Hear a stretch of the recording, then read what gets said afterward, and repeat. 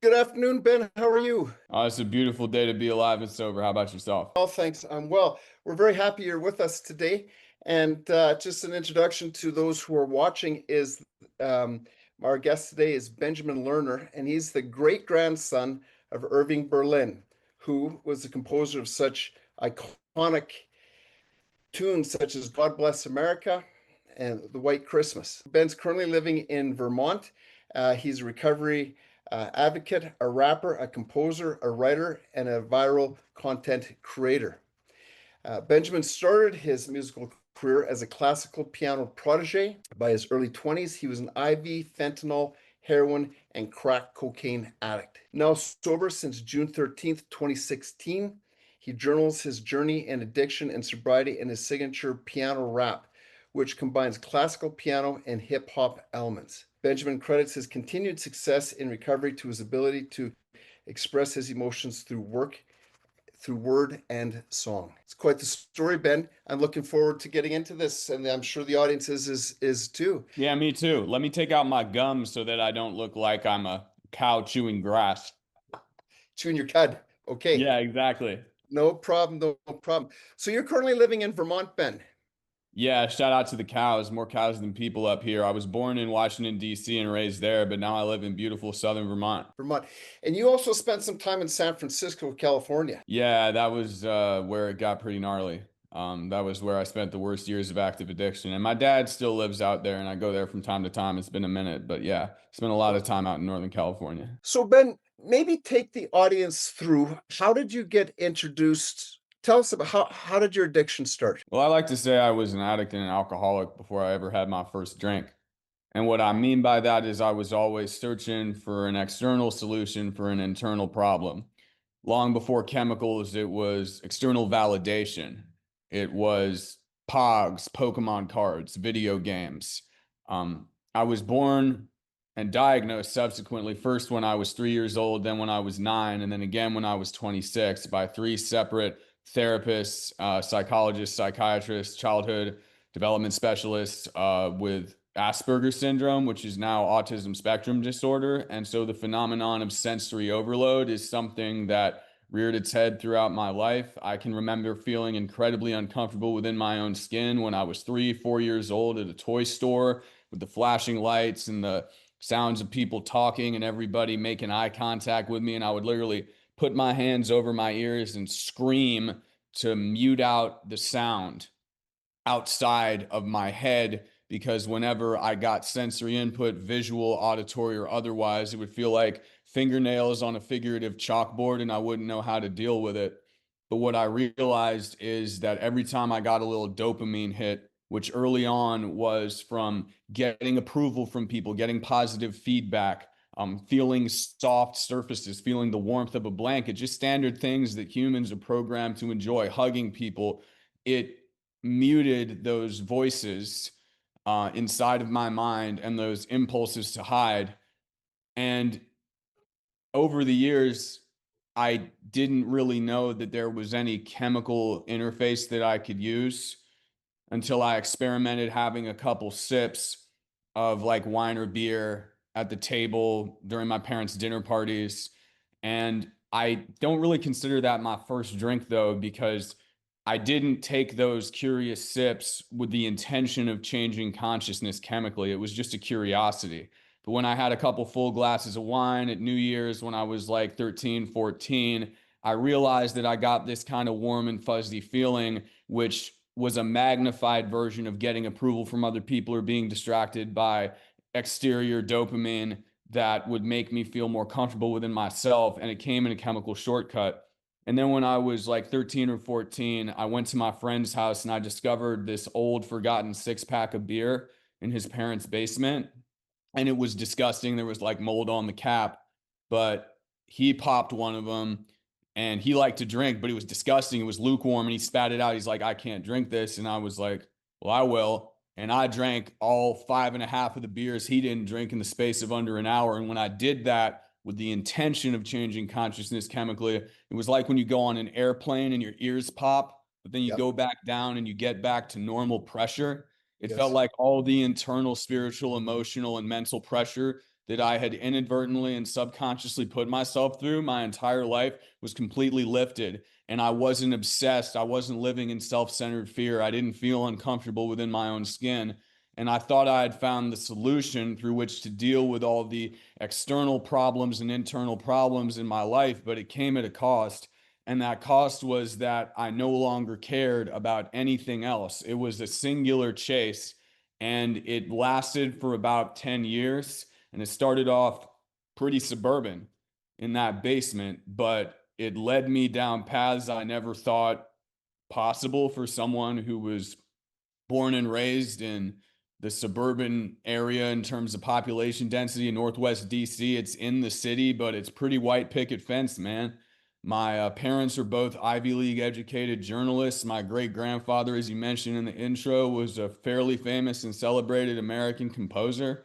I had a lot of advantages growing up, and I ended up going from drinking that six pack to drinking habitually to drinking to fulfill a physical addiction by the time I was out of high school, crashing cars, DUI car crashes, handcuffs, dealing weed and coke and other party drugs on a low level. But it wasn't until I got my teeth removed, my wisdom teeth removed for a very comprehensive dental surgery that required general anesthesia and like some stuff they had to do with my jaw because my teeth came in real impacted, that I crossed a line I thought I would never cross, which was prescription drug dependency and opioids.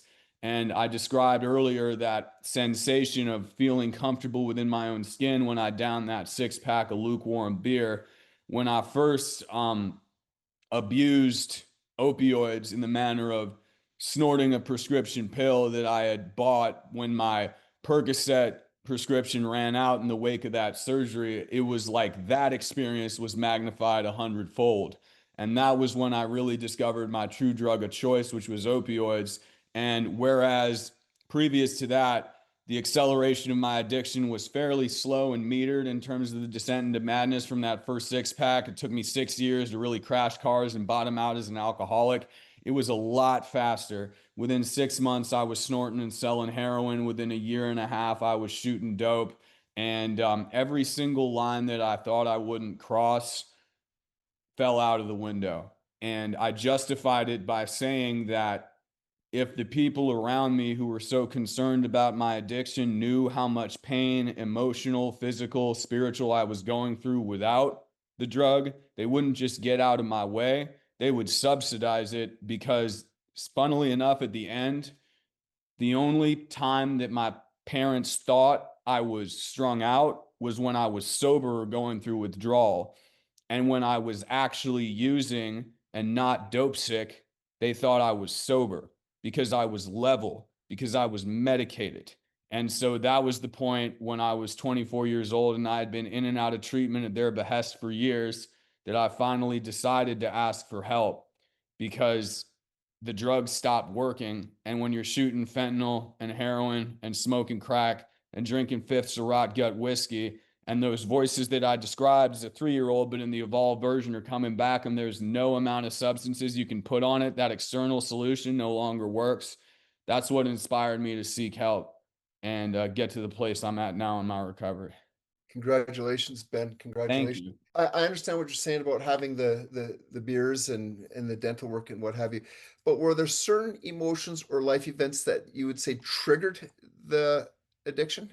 I don't want to blame anybody else because I think regardless of whether this had happened or not, I would have a propensity for self-medication purely because of the sensory overload and my neurological layout. But, everybody has, I think trauma is a real relative term. And when I say it, I really want to be deferential to people who have actually been through like sexual assault, immense like physical trauma and exploitation. Like my stuff doesn't hold a candle to that, so I don't want to come off like a victim because on the continuum my addiction's not tame, my use pattern's not tame, but the trauma I went through is tame. But my parents got divorced when I was 7. I felt very distant from my dad. He tried his best, but he readily admitted, like in the years after I got sober, that he didn't really know how to deal with what was going on with me because after he and my mom got divorced, my mom settled down for a couple years with another guy who at first was a very lovely man, but it turned out was a sober alcoholic. And when he relapsed, he and my mom started arguing. It was mostly just emotionally charged yelling, but there were a couple times where it got mildly physical, and I was seeing that as a young kid. But really, my primary trauma was my mom was and is such a lovely woman, and she is now, over a decade sober. I think she just celebrated 14 years sober. She is the same sober month as me, and she got sober in 2011 in June and me in 2016. But at the same time that her alcoholism blossomed, that was her drug of choice in the wake of her experiencing this traumatic breakup from this alcoholic man. And her, ironically, she was never really an active alcoholic in terms of the expression of her disease until she endured that and he broke up with her and she broke it off with him too. It was kind of a toxic dynamic. And through it all, she was so kind and so generous and so loving to me. But it wasn't that she did anything wrong to me, or even really that I went through what she went through with him. It was that I couldn't save her. Like, she would be drunk and we would go on these lavish cruise ship trips, and from the outset, everything would seem fine. I'm going on these cruises to Norway and these beautiful places in Europe with my wonderful mom, but behind the scenes, I'm drinking until I black out, and she is too. And we were just doing our best to self-medicate and make it through. So I don't think that that was the specific trigger for me being an addict. But I certainly think that when you have two people who are dealing with different facets of mental health issues and alcoholism, that the toxicity inherent in that and those dynamics can certainly exacerbate it or justify it. And I was also dealing with a lot of inability to adjust to social situations, and alcohol and eventually opioids were social lubricants. And they also became part of my identity. It wasn't just that I felt more socially courageous or comfortable when I drank them or used them. It was that I didn't really think I was deserving of human connection or happiness. So it wasn't just that I had a bottle of Hennessy and like a big bag of weed or coke walking into the party to soothe my nerves and connect with people through the substances and what they did for me. It was that I thought people wouldn't accept me unless I had these as kind of tokens and material extensions of my worth. Like the same way, if someone has like a country club membership, they don't feel cool pulling up unless they got a Bentley or they got like a head to toe Polo Ralph Lauren or like Armani suit outfit. The drugs became part of my identity, not just for what they did to me, but because I thought I had to buy into that culture because I myself didn't have worth. So it's a complicated answer, but what I'll say is family and social dynamics always play into it. But for me personally, I know that I would have been an addict regardless of those factors, but they might very well have exacerbated it. And I think that there's a good chance that they did. Ben, what kind of emotion were you feeling? I'm assuming there was. I mean, I've worked with a lot of addicts over the years, and anger, fear, hurt are really, in my experience over the years with the hundreds, maybe even thousands, is really driven. The emotion behind it is there's a lot of fear and a lot of hurt. Is that what kind of emotion were you feeling? I think that for me, everybody's different. I don't think that it's a solid continuum. I think everybody falls on a different path, both in terms of recovery, in terms of mental health issues, in terms of the ways and the underlying reasons for how addiction manifests. But regardless of whether I was angry, salty, sad, anxious, it was all rooted in self-centered fear. I mean, when I lashed out angrily, it was because I didn't feel seen or heard. When I went to cry in my room and locked the door, it was because I didn't feel seen or heard, or I felt powerless. So powerlessness and self-centered fear were the essence of every emotional manifestation and every use pattern, because I would use the same way I would lash out. I mean, whether or not a cathartic emotion separate from any chemical is the way that through which we establish like a semblance or an illusion of balance, or whether it's with the chemical in and of itself, for me, it's all different branches of the same tree. Because whether I'm yelling at someone to try to feel seen, or whether I'm isolating because I feel comfortable in that kind of muted, isolated environment, or whether I'm throwing substances on top of that to give myself the illusion of both chemical homeostasis only to have it ripped out in withdrawal, or the illusion of emotional and spiritual peace, which eventually leaves because you need more and more to even get a semblance of that original chemical or spiritual or emotional peace. It's all tied together. So there was a pantheon of like exaggerated emotions. which became harder and harder to distinguish what was influenced by the chemicals or exacerbated by that and what wasn't. But at the base of it all, it's fear of not being good enough. It's fear of never being able to live up to my own expectations much more than the expectations of other people. It's internalizing external feedback and creating these feedback loops of sensory overload and chemical mollification that makes it so that it's really hard to actually get to the root. And until I got sober, my emotions were a complete mystery to me, and they still are very mysterious to me given my aneurotypical setup neurologically. But I think that boiling it down to its very essence is that same thing I said about the scared kid at the toy store putting his hands over his ears and screaming at the world. Because I wasn't screaming at the world out of aggression. I was screaming at the world out of defensive fear that I just wanted space to process because I didn't know how to cope. Tell me about your anger, Ben, during that decade and a half, because I would venture to say that was a big driver in this. There was a lot of anger towards self, towards others, a lot of confusion. Can you tell me about your anger during that time? I think that if you're an IV drug addict, you have to have a masochistic or want to call it angry, aggressive, at least aggressive to self streak. I mean, I heard a very wise quote that, and this is my journey as a man. I think it's different for everybody, and I don't want to make it uniform. But if you take it down to like whether it's Freudian or Jungian analysis, if you're using like, a sharp pointed object to inject yourself, or you're pouring in a elixir of poison into your body, that is an act of destruction at its very basest level. And for me, when I thought that I was undeserving of human connection and happiness, whether in a romantic or sexual context with people who rejected me, largely as a result of the, unwise things that I did with the fledgling relationships I had in addiction and in recovery, but mostly in addiction, whether it's in terms of frustration that arises from feeling incompetent in regards to the things I was passionate about, not being validated artistically. There were times when I would get rejected by a girl, rejected by a friend, rejected artistically by a collaborator. And that anger, although it was palpable, would be something that I just wanted to stuff.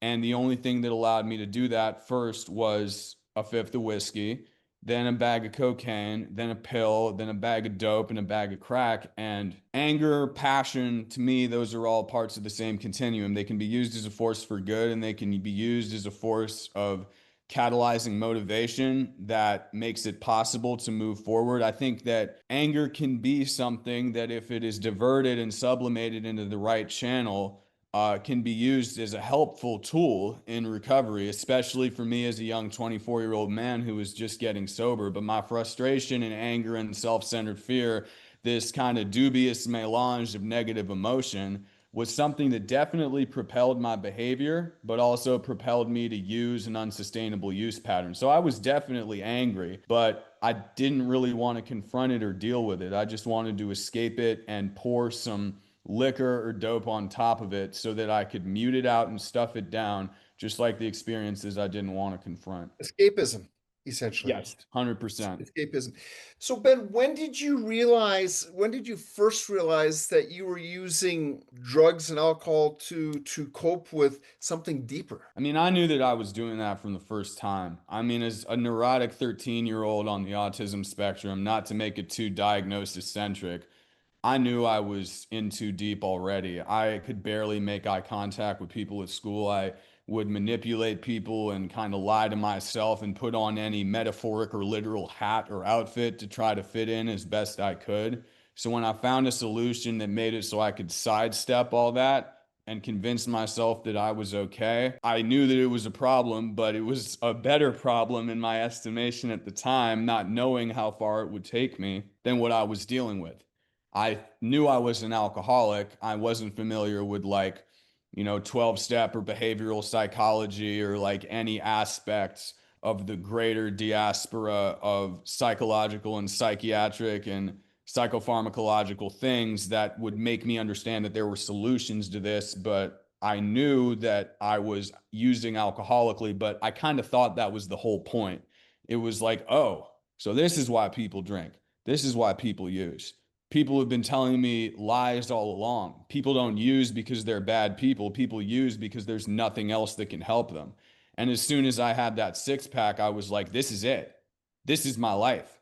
And it wasn't about, I'm not an alcoholic, lying to myself. A lot of people, that's the thing. They have the white light moment where they realize, oh my gosh, I'm an alcoholic. My white light moment was, wow, there's a possibility I won't have to drink or use for the rest of my life. But I knew from the moment that I first sought out that feeling that I had an unsustainable use pattern. It was just the game of how I could keep it going. Ben, what was the family dynamic like? Were you an only child? I know you said mom and dad split up, but were you an only child? Did you have siblings? Did you live with mom? Did you live with dad? Were you back and forth? Tell me about that family dynamic and sort of how that contributed to just all the emotion, the hurt, the fear, not believing that you deserved it, self-sabotaging, etc., etc. What was the dynamic like? Yeah, well, I was a chameleon. So my parents got divorced when I was like six. I think it was finalized when I was seven before first grade. I'm an only child, and my parents went through a lot to have me. In vitro fertilization, IVF. I think that my parents loved me and they were very kind people, but I had to be two completely separate people when I was around them because a big reason for their divorce was ideological differences. So from a very young age, separate from any of the drinking or using, in order to survive and in order to find the validation and comfort that I needed, I split myself into two separate people. My father is a very progressive environmental justice journalist that's separate from any politics.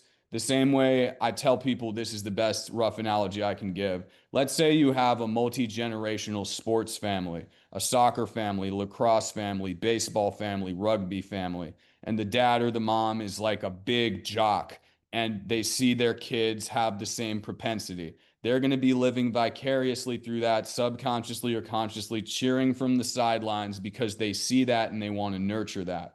Or let's say you have a family of doctors, lawyers, engineers. You see your kid playing around with like structural toys like Legos, and then you see him wanting to build robots on a team if you're an engineer or you're a scientist. Or you see your kid getting into debate club if you're a lawyer or if you're a politician or a businessman and you want to nurture that. My dad didn't really want me to follow his specific path, but the dinner table with his friends and my other family members was my version of like the soccer or football field if I had a sports family. And my dad would see me talking to like these 50, 60, 70-year-old baby boomers with like Harvard, McGill, Yale degrees, whatever it was. And that was my avenue to get approval from him. With my mom, it was more about emotional intelligence. My mom was much more open, less stoic, more emotionally intelligent, but she was also more fragile. So she would always joke that when I came back from my dad's house, it would be like cracking open, something that had been chiseled inside of ice. And whenever I went to my dad's house, he would literally say to me, we got to get you out of this city prince mindset. We got to toughen you up. We got to make you more resilient. So it was honestly kind of beautiful because I embraced two sides of the duality. But looking back, my mind did intentionally splinter into two completely separate people with two separate aims and two separate moral and ethic codes. So when they talk about code switching, for example, a kid that grows up and he's a scholarship kid at a private school, and he's got one side of him that's like at home for that reality and one side of him that's got to cope with that. It was kind of like a version of that, but it didn't have anything to do with socioeconomics. It had to do with moral codes and ways of seeing the world. And I think that, that's just a natural thing. It wasn't that my parents intended that. It was my decision to do that. But when I think about how that influenced me in active addiction, the manipulative tactics that I used to kind of cope within that situation were very, very adjustable and important for the same manipulative tactics I use as an actively using addict, conning and lying and manipulating people to get my next drink or fix. It's fascinating, isn't it? There's so much there. There's so much depth to it. There's so much to be understood when it comes to structure and dynamics in the family and all that. Ben, what did your addiction feel like on a daily basis? It felt like a gilded cage. It got less and less gilded as it went on, but like even when I was out in the Tenderloin, it still felt like there was a semblance of kind of gritty romance to it. I mean, separate from the feeling that the chemicals gave me, the wild thing about it was I was more proud of my ability to like walk through corners full of MS-13 corner boys and over like dead bodies. And, I never thought that I was really that tough or that masculine. I Well, wasn't good at sports. Ben, sorry to cut you off, but just for the for the listeners, you and I talked a couple of weeks ago, and I think it's important for listeners to understand this was when you were living in San Francisco.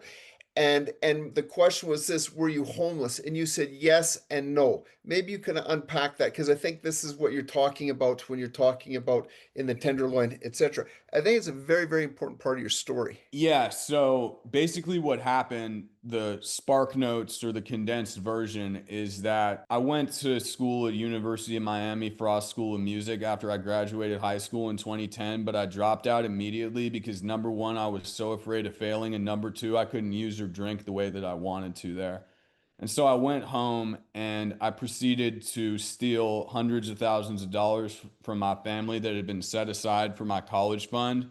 When my mom was still in active alcoholism, she wasn't really watching her checkbook. And so I went to the college fund account checkbook and I started cashing them at different banks.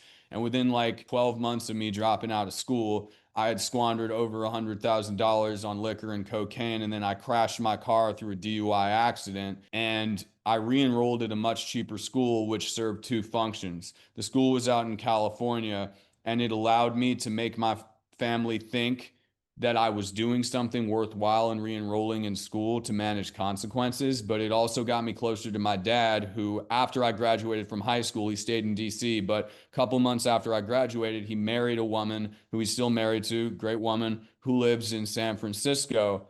And now they live there together. So it was my attempt to bridge not just the geographic divide, but the emotional divide I had had with my dad.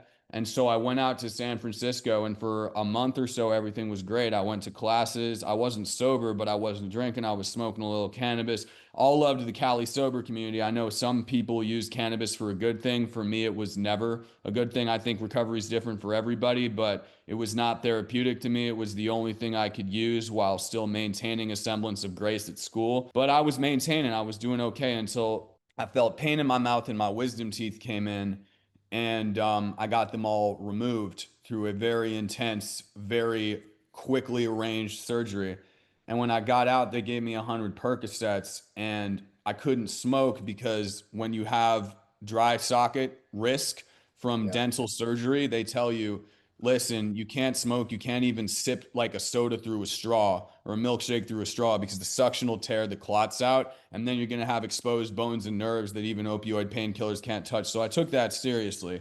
And so Percocets became the one thing separate from smoking or drinking, which was too corrosive, that by de facto necessity became the only drug I could use. And so when I ran out of those Percocets and the one subsequent refill that I got, it just so happened that serendipitously 4 blocks down from my student dorm apartment at the Academy of Art University, which I had re-enrolled in, was the second largest open air drug market on the West Coast in America. And that's the Tenderloin, which is an 8 by 4 block neighborhood that stretches from O'Farrell to McAllister Golden Gate Street, and from Taylor Street to Polk Street, 8 by 4 blocks in San Francisco. And what's wild about it is at the time when I first went out there in 2012, the Twitter building was still there. Market Street was such this luxe. They had this big Westfield shopping mall. They had all these tourists. But then 5 blocks away from those glittering edifices where billionaire tech bros were walking around in Brunello Cucinelli like sweatshirts and on their Bluetooth headsets plotting billion-dollar deals, you had people, soiling themselves in the street and getting shot in corners in broad daylight for not coming correct with their money, and people yelling the names of drugs on street corners. And I went down there as a fairly, I had seen a lot of stuff in the drug scene in DC. I wasn't green, but I was like a tall, skinny, half Jewish, lanky suburbanite going down to the corner.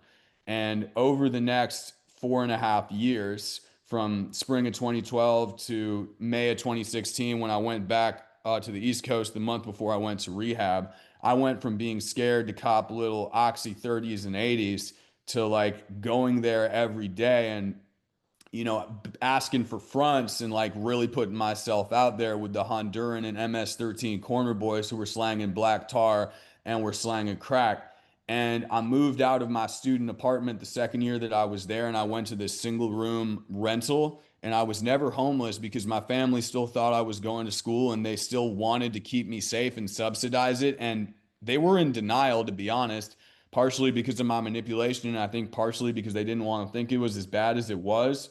So when I say I wasn't homeless, but I was living like the people out there who were homeless, the people who I was using with were homeless for the most part, other than a couple kids I knew from back home who eventually stopped hanging out with me because, as they put it, man, Skinny, you're too grimy. You're crazy. You're out in the Tenderloin every day. You got track marks all over your arms. You smell. You haven't showered. You're not brushing your teeth. You haven't washed your hair in months. You don't even have socks that don't have like holes in them. Like, it's wild to think that a private school kid who grew up with every advantage, who even had his family paying for him to have a place to stay, would get to the point where I was lancing infected abscesses with pus spewing out of them with blunt needles, picking lipstick stained cigarettes out of the street to smoke them just because I didn't want to use the money I did have for anything else except crack or dope.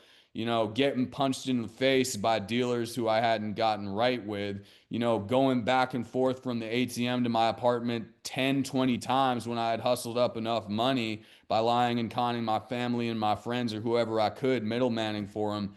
And it got pretty dark, man. I'm not going to lie. But truth be told, I was less scared of being gunned down by an MS-13 corner boy or overdosing or getting sepsis than I was of getting sober. So, Ben, what did using give you that you couldn't seem to find otherwise? An illusion of peace. I remember there was this one moment really towards the end where I was dope sick for 2 days. I didn't have any hustles I could do. And I finally got my mom to send me like $200, which to me at that point was like nothing. And I bought like 140 bucks worth of dope and like 60 bucks worth of crack. And I went back to my home. I was already throwing up. I had really bad digestion issues. It literally felt like I was physically crawling out of my skin, not just self-centered fear, but like restless legs, twitching. Like it was like one step away from a seizure, which I had in the past from withdrawal. But then I get to my room, I hit my vein with just like 20 bucks worth of dope. And separate from the chemical homeostasis that came, not wanting to throw up, I remember telling myself, there is no way I am ever going to give this up. And it had nothing to do with the high, the chemical, or anything. It was just, I didn't hate myself. It was like all those thoughts of disappointing my family, disappointing myself, it all immediately evaporated. And separate from like, the chemical dependency, which I do see as intertwined, but also separate from addiction. The addiction part of it was, I feel like myself now. And that was the scary thing, was the identity that I had for myself was completely dependent upon a substance to get me back to a place where I thought I could even live. And so it's hard to explain that to someone who has never been chemically dependent to that level. But what I like to say is it's like having a breakup. Imagine if someone you had been spending every day of your life with, making love to, eating dinners with, cleaning up your house with, going to see your family, maybe even raising kids, just walked away for 2 days and they didn't give you any indication. And then you see them walking through the door. That's what I describe getting a fix 2 days after it is. Your entire life, everything that gives you warmth and comfort is removed, and you've got to figure out how to get it back. And so, it was a love-hate relationship. It was an abusive relationship with the substances. They abused me, I abused them. But at So, the end Ben, of the day, I thought sorry, it gave me peace. yeah. You're at your lowest of lows. You're, for all intents and purposes, living on the streets. You're abusing your body. Skinny as can be, haven't showered in weeks. You're behind in reconciling your drug debts. Was there a point when you wanted to stop using, but you couldn't? I made multiple attempts at stopping, but What held it you was back? me. I would justify reasons to use. I would get an offender bender, not like a bad inebriated accident, but just like not be concentrating when a car was merging, when I was in and out of outpatient rehab. And then the frustration from that and having to tell my mom I would call my dealer. I would get to the point that my family was willing to help me out, like pursuing my artistic ambitions. Like one time I completed a stint at outpatient rehab and I was like, I want to go to New York and reconnect with some kids I was making music with. And my family did that for me. And then I got there and it wasn't frustration, it was freedom. I was like, I'm home free. I got a pocket full of money. Like I got this place to go. I'm back in the good graces of my friends. Let me go cop a bundle right now and just shoot up like a couple times. Then I swear I'll get back on Suboxone. I swear I'm gonna do this right. So it was good reasons, bad reasons, but ultimately I just didn't want to. I wanted to because the consequences were bad and I hated the life that I was living. But it wasn't until I really decided that I wanted it for myself that I actually gave it an earnest go. And I thought I was giving it an earnest go, but it wasn't for me. It was for everybody else. And because I was inconvenienced by the roadblocks people put in front of me because they wanted me to get sober. And so I did it to evade those consequences until I really did it for myself. Ben, how did you justify that behavior to yourself? What was sort of the self-talk that was happening in your mind just that justified this? I didn't really think I had to justify it because every single time that I was sober, my life became even more unmanageable than it was when I was using. Every single time I was dope sick or going through withdrawal or going to treatment, I was so afraid of talking to people. I would just hide in my room at home. I wouldn't want to see any friends. I didn't have any friends because my only friends were using friends. I was afraid to apply for jobs when I did go work jobs and I was kind of sober or just at least maintaining the illusion that I was a couple days at a time to pass drug tests. Like I was sloppy at work. Every single aspect of what I used the drugs for was homeostatic in terms of like literally my hands not shaking. So I worked at this juice bar and I ended up breaking one of their machines because I was clumsy, because I didn't have the medicine that I was using. And if I had really put the time in and put the effort into like trusting the process, as I did in recovery when I was finally ready to do it, I would have understood that it was possible to break those cycles. But I really saw it as a catch 22 because if I kept using, my life was going to keep getting worse. But when I stopped using, I couldn't perform basic human functions. So it was a damned if you do, damned if you don't scenario. I tried to work a landscaping or juice bar job and I was horrible when I didn't have my medicine. And then I tried to connect with my family and do what I wanted to do when I was using, but whenever the dope ran out, I was back to square one.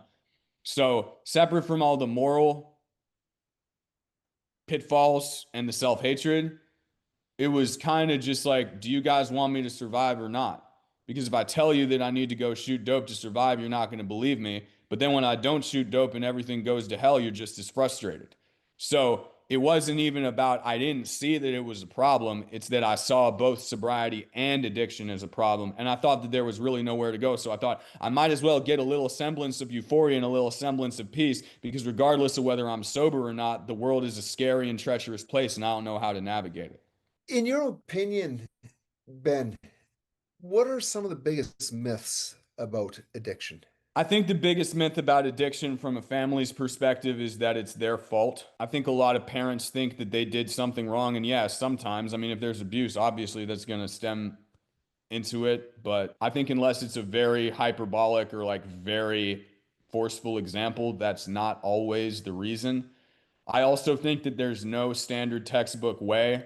And, interventionists are great. And there's like a lot of schools of thought on that I'm not that hip to, but I have done some research into it. And there are compelling statistics for different recovery coach and recovery house and fellowship and non-fellowship based and medication assisted and non-medication assisted treatment. But at the end of the day, I think putting your trust blindly in any of those is not doing due diligence. It's like when someone gets treated for cancer or a heart condition, there's not just one statin drug like for the heart condition or one form of chemotherapy or radiation oncology that's going to do it. And that has to do with the fact that everybody's different. So I think that families, in terms of misconception, get caught up on the fact like, oh, this is all my fault. Oh, I'm not doing enough. No matter what you do, it's up to the person who's struggling with substance use disorder or addiction to, even if they have the advantages of your love and your resources or whatever combination that manifests in, they have to do the work. So your loved one not doing the work is not your fault. Now, there might have been a traumatic element that you played a part in, but nobody walks out of parenthood or childhood unscathed. So unless it's a really egregious example, and you trust me, if you do family therapy, that'll be worked through. But I would say that I don't want to absolve families of guilt or participatory effect or anything like that in terms of what led to the addiction, but families deserve just as much support as the addicts themselves do. And too often I find families expending all of their resources, but also spiritual and emotional energy, trying to help people who don't want to help themselves when really they should be pouring into their own cup. So that's the family side. I think the biggest misconception that actively using addicts have is that sobriety is punishment and that they need to get sober because they're bad people who have to redeem themselves to other people. What I really think it is that regardless of the bad things you've done, which aren't excused by addiction, I mean, I think all the horrible things I did in addiction aren't excused by the fact that I was an addict. It's an explanation, but not a justification. I don't absolve myself of stealing from my family. I did that regardless of whether you're dope sick. You don't have to do that. And that's a point a lot of people make. But I'm saying that regardless of what you do that's good or bad from any objective moral standpoint, sobriety isn't the punishment, sobriety is the reward.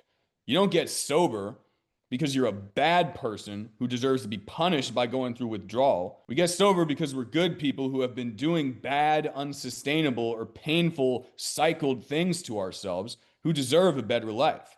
And so I always tell that to people because they're always saddled with such immense guilt, as I was, thinking that regardless of the withdrawal, they would never be able to make it up to their family. And what I say is, you know that you deserve to be sober, not as punishment, but because this is the only way you're going to be able to make peace and find the resilience and self-love possible to actually make peace with life in a way that is going to allow you to move forward and get the life you deserve.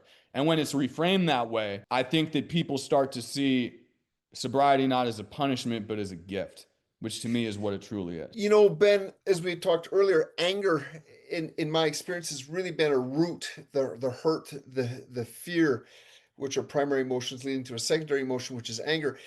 Anger undealt with leads to a whole host of things, addiction being one of them. But the underlying belief in that I've found is this belief that says I don't deserve this. And so that's I don't deserve to be sober, I don't deserve to be happy, healthy, accepted, loved, nurtured, successful, whatever that looks like for different people. And the strong emotion associated with that is shame. I can't emphasize strong enough that the feeling of shame is absolutely crippling to the human soul. And shame in a nutshell is feeling bad about who I am. And then there's all these reasons as to why people feel shameful. Well, I stole, I used, I lied, I tricked, I've sabotaged, I've flat out, I've failed, I've given up, etc. I've hurt a lot of people. When we talk about a myth that, I asked you, what do you think is one of the biggest myths?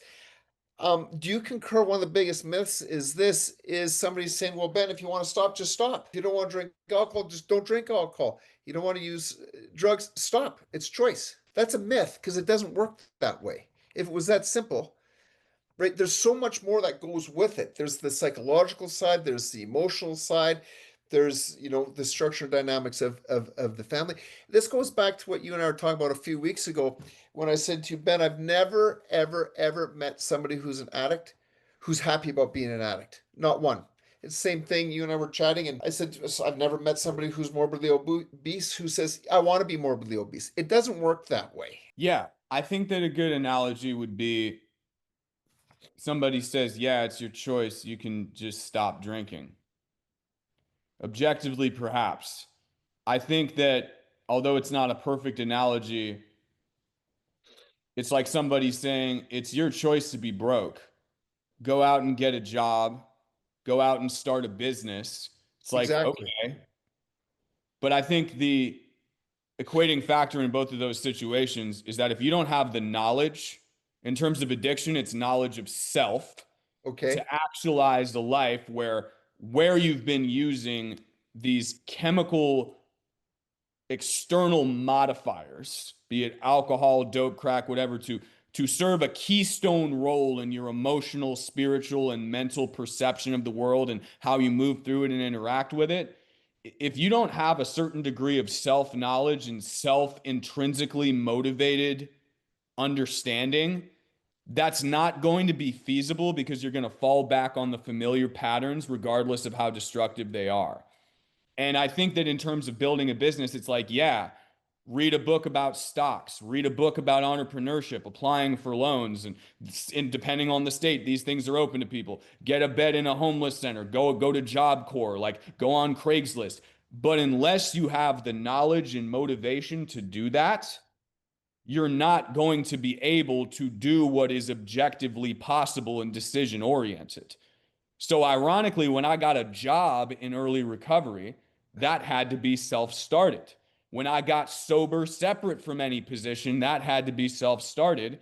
But I think that whether it's rehabs or fellowships or just talking to other sober people or meditating or going to therapy and all of these different tools that intersect, it's like having a career coach.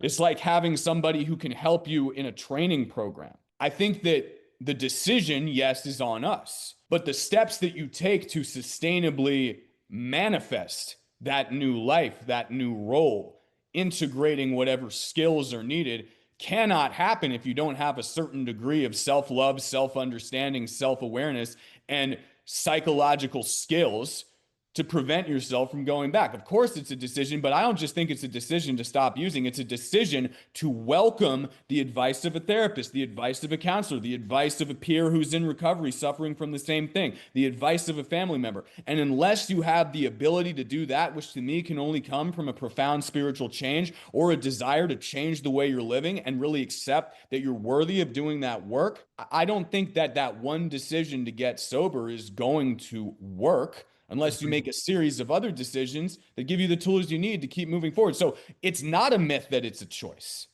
As painful as it is a choice, but it's not just that choice. It's the choice that can only come from self-awareness and self-love to tap into all the tools that are going to help us keep it.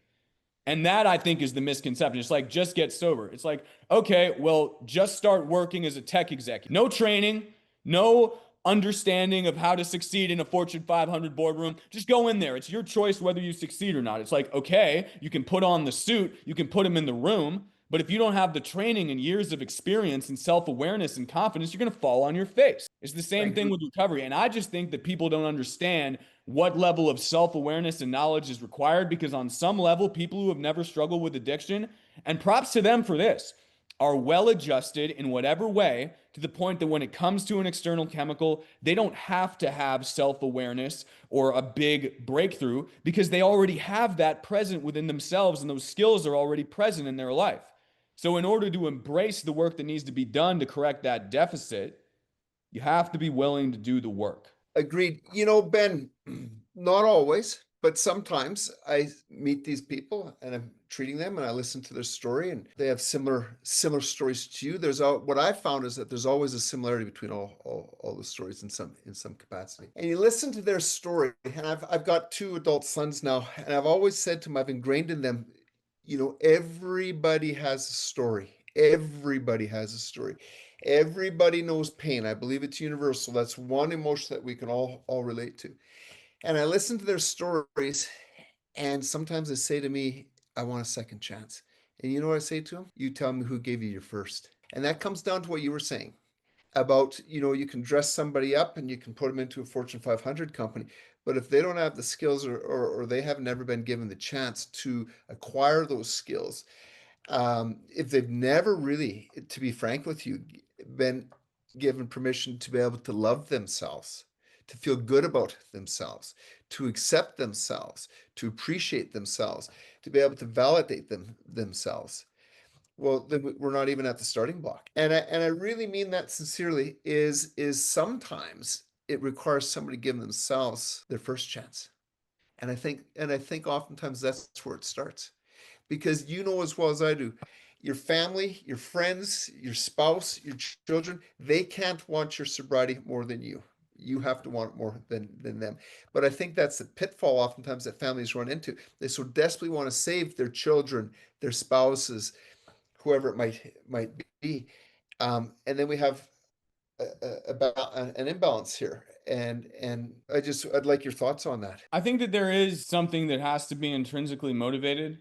I think that there are situations in which external factors can motivate a desire and a catalyst for change, like someone going to jail, hitting rock bottom. I think that trying to precipitate that is a potentially deadly game. I think that there is wisdom to the fact that addicts have to struggle on their own and do it by themselves. But I think that just like throwing someone in a treatment center doesn't guarantee they're going to be sober, throwing someone in jail or throwing them out on the street doesn't either.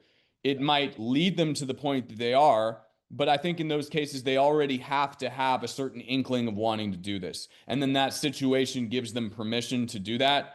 I, I think that there is wisdom to the fact that we have to give ourselves, regardless of whether we've ever struggled with addiction, permission to grow and permission to love ourselves and permission to try new things, to fall on our face, like the proverbial dressed up false executive in the last conversation piece we were having. But I think that looks different for everyone. For me, it came at the point where the drugs no longer worked in soothing my frazzled mind or silencing the self centered fear voices. When I had exhausted all of my connections with my friends and they were all calling me out, when my family no longer believed there was a possibility I would even get sober, and when I kind of saw sobriety as the next drug, weirdly enough. It was almost full circle. It was like, I'm shooting grams of Fetty Lace dope at a time. I'm copping eighths of crack and smoking them in a day. I can drink a fifth of whiskey, get behind a wheel of a car, and be the sober driver driving my friends home who have had 3 drinks because my physical tolerance is that high. Unless I go to like carfentanyl, which is going to kill me, or I go to like crystal, which I never tried, and I didn't like when I tried amphetamines like Adderall, like it kept me up all day. That wasn't even what I liked. The drug world was closing in on me. There was no place for me to go. And that didn't have to do with my family kicking me out on the street. It had to do with in my own mind and my own addiction. I felt boxed in, and the same things that gave me freedom were now trapping me in this kind of like really funnel, concentrated place of just darkness and absolutely feeling like I was in prison in my own mind. So then the key to freedom became sobriety. But see, call it self-love, call it self-knowledge. I did not achieve that self-knowledge and self-love, even if it was just an inkling, a tiny little light in the darkness, until I really exhausted all my other self-destructive options. So I think there's wisdom to the fact that you can cut people off, force a rock bottom, whatever you want to call it. But I've seen people who went to jail, went to treatment, forced by their family, were kicked out, who were dead in a week because they didn't want to get sober. And I've seen people who none of those things happened to, me included, where because of what was already going on in their mind, they decided. But it has to be self-motivated, and I don't think there's anything that a family or law enforcement establishment system or treatment system can do to force that to happen. That's just my take. No, I concur, and I always tell people you've got to believe in yourself. It's the first step, and that takes Yep. time, that takes therapy, that takes a trained professional. I'm with you all the way. Ben, what advice would you give to someone who's battling addiction? The same cravings, fear, discomfort, guilt, insecurity, shame, and pain that pushes us towards the bag and the bottle can push us towards recovery. There's going to be times when you're not going to have access to the free oxytocin, dopamine, endorphin that is given people who have never used substances on a daily basis. There were times, I'll speak for myself, for me, when I was listening to the same music or different music that I loved in active addiction, and it literally did not make me feel physically the same. I would work out and I wouldn't get an endorphin rush. I would sleep 10 hours and I would wake up feeling less refreshed than I did with 2 hours in a bag of dope in active addiction. That's the point at which the rubber meets the road.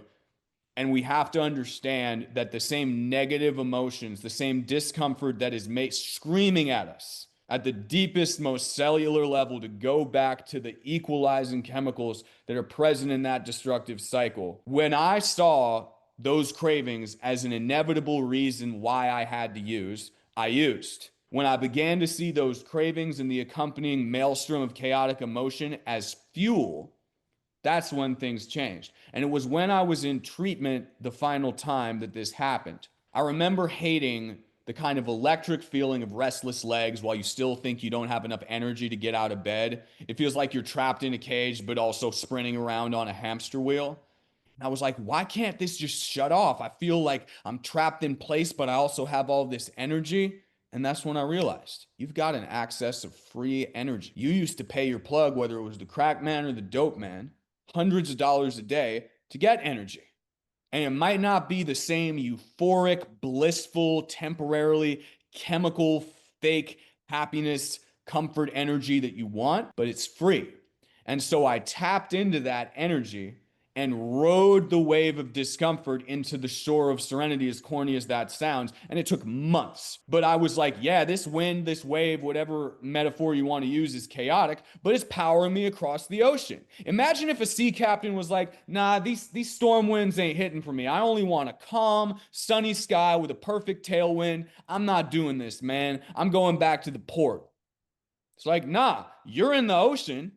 This wind is crazy. Let's use it. And if I hadn't done that, I wouldn't be breathing because I was so afraid of that discomfort because it was unfamiliar. But that's free energy, that's free game.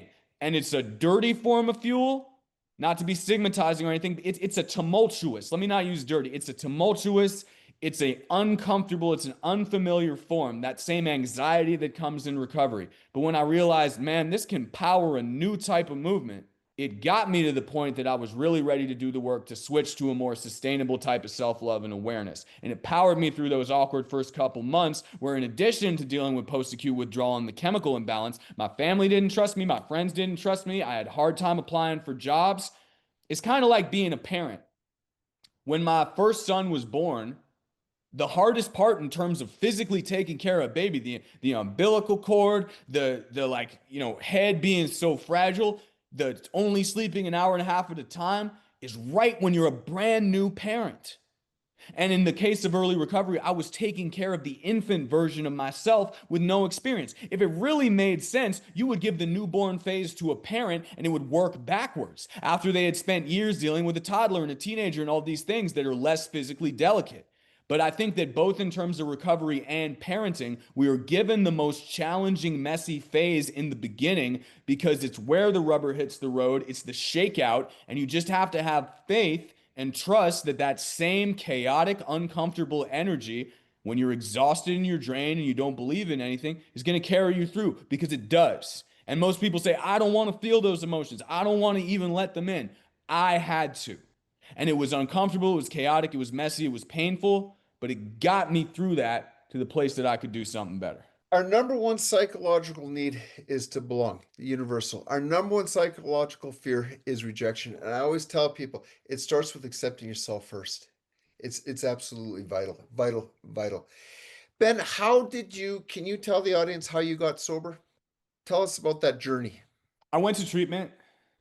It was How a many traditional times? treatment center in Lancaster County, Pennsylvania, called Okay. The Retreat. I've been to inpatient once before and in and out of outpatient rehabs 10 times.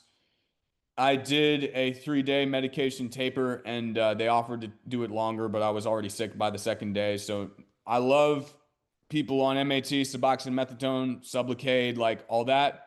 I love people on psych meds, Cali Sober. That's not part of my journey, but I support all paths of recovery because just because it worked for me doesn't mean that another thing isn't going to be helpful to someone else. I want to preface all this by saying that. Then I got out of treatment. I went to a recovery house, and I have to be delicate when I say this because of certain guardrails to this path of recovery. But if you can read between the lines, you can read the whole paragraph.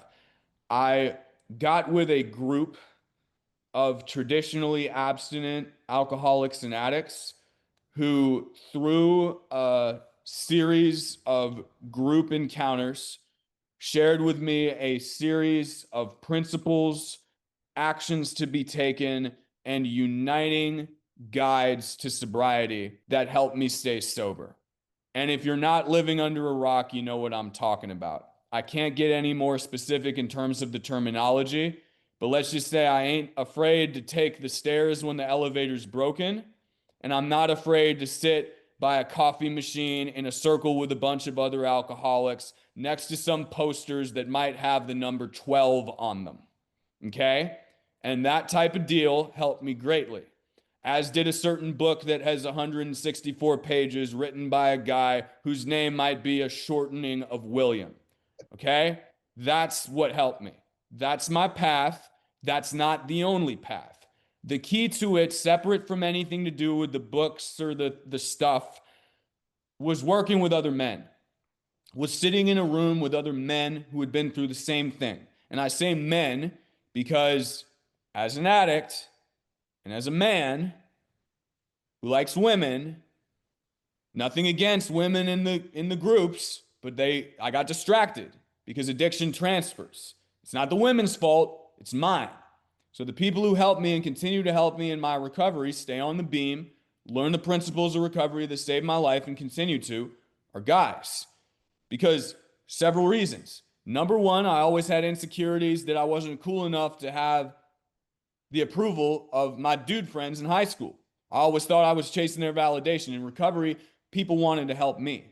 And dudes who had 10, 5, 20, 15 years would come to me and they said something which is, you're helping me more than I'm helping you. And that didn't make any sense to me until I was on the other side. But getting validation that was contingent, not on strength or how good at sports you were or how cool you were dressed, but how honest and transparent and fearless you were willing to be about your underlying issues in a spiritual, emotional, and mental growth and personal growth context really changed the game for me. And to this day, 9 years in, I don't go to them same powwows as much as I used to. It's once a week because I got kids. But one thing I do is I go to men's retreats for a whole weekend twice yearly. And I do the work.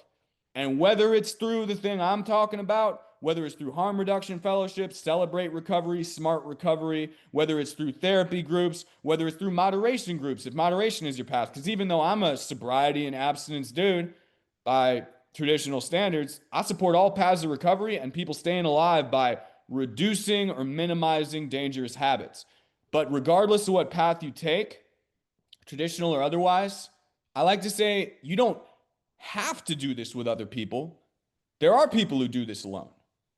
You get to do this with other people, whether that's sitting in a trauma or support group, whether it's sitting in a recovery group, whether it's sitting in a treatment center.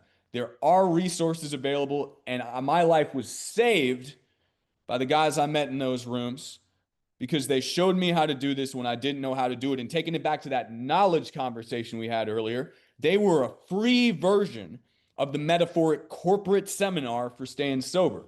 And it was awkward. First time I asked one of them dudes to work with me, I felt like I was back at junior prom, trying to ask somebody to dance with me, feeling that sense of rejection, but it wasn't there. And I had nothing in common, ideologically, culturally, politically, with a lot of these people. But what they had was something I longed for, which was peace, serenity, and the willingness to keep working on themselves. So that's what worked for me. And the beautiful thing is, regardless of what path appeals to you, there's so many, but you don't have to do it by yourself. Thank you, Ben. So you're a father of two? And a third on the way. And a third on the way. You're living in Vermont. You're making music. Yes. In closing, tell us what you're up to these days. I do what I can to use the platform that I've built as a result of being able to reignite my passions for words and music in recovery, to share freely what was given to me and relay my experiences without a filter in every sense. I used to use augmented reality smoothing filters because I was very self-conscious about my acne scars, but I've since stopped because I think that the truth is that whether you're talking about faith, fatherhood, family, recovery, whatever dimension of life, as a man in sobriety, and a woman too, but when I say man, I've said that again and again, but the challenges faced by a sober dad in recovery are going to be different than a sober mom or someone with no kids. I'm just speaking for me. As a man of faith, as a dad, as someone who is dedicated to continuing my journey of recovery and personal healing, I try to use my platform and my music as not like a soapbox to preach, but as a way for me to remember critical junctures in my own recovery and reframe them in the current phase of my life. For example, acceptance means something different when you're accepting that you cannot ever go back to shooting dope or smoking crack than it means that you can't ever go back to an unsustainable pattern of talking to your kids or your fiance or your partner, wife, husband, whatever it is. Like, you have to be able to apply the same principles and lessons that kept us alive in early recovery towards the life we're living today. So whether it's writing an article for my day job as a journalist for tourist publications, whether it's, hanging out with my sons, whether it's posting a reel, whether it's going to the studio and making a song, whether it's going down to DC to advocate with, fentanyl poisoning advocacy groups, shooting a video. Everything that I do is grounded in a mantra that served me very well since my earliest days of recovery, which I summarize as keep moving forward, run towards the truth, and don't quit before the miracle happens. And that's partially taken from pre-existing recovery maxims, and it's partially taken from my own experience. I do everything that I can to share a message through my platform, which I've been blessed to grow. I'm a drop in the bucket of the larger recovery community, which reaches hundreds of millions of people with tens of billions of views annually. But we don't have to be alone in this. And I'm grateful to be alive, grateful to be sober, grateful to have a family, not just with my beautiful fiance and my two incredible sons at home, but the family of people who I work with, the family of people in my chosen recovery path, and the greater family of people through the online community that have come together to heal and grow. And that's why I love what you're doing so much, man, because with your lived experience as someone who has worked in this field, working face to face from the other side, the simplest answer is this is what I'm doing. Talking to people and having conversations, whether in person, through my music, through my content, or through podcasts like these, where we let people know that whether you're on the side of the family or the therapist, or you're on the side of the addict or the addict in recovery, we're not alone, and we deserve to be able to speak out openly without fear. You look good, Ben. You sound good. You're being incredibly impactful. We thank you for your time. Keep up the good work, Ben. We're in this together and on your team all the way. Likewise, man, let's get it one day at a time. Thank you, Ben. Take care of yourself.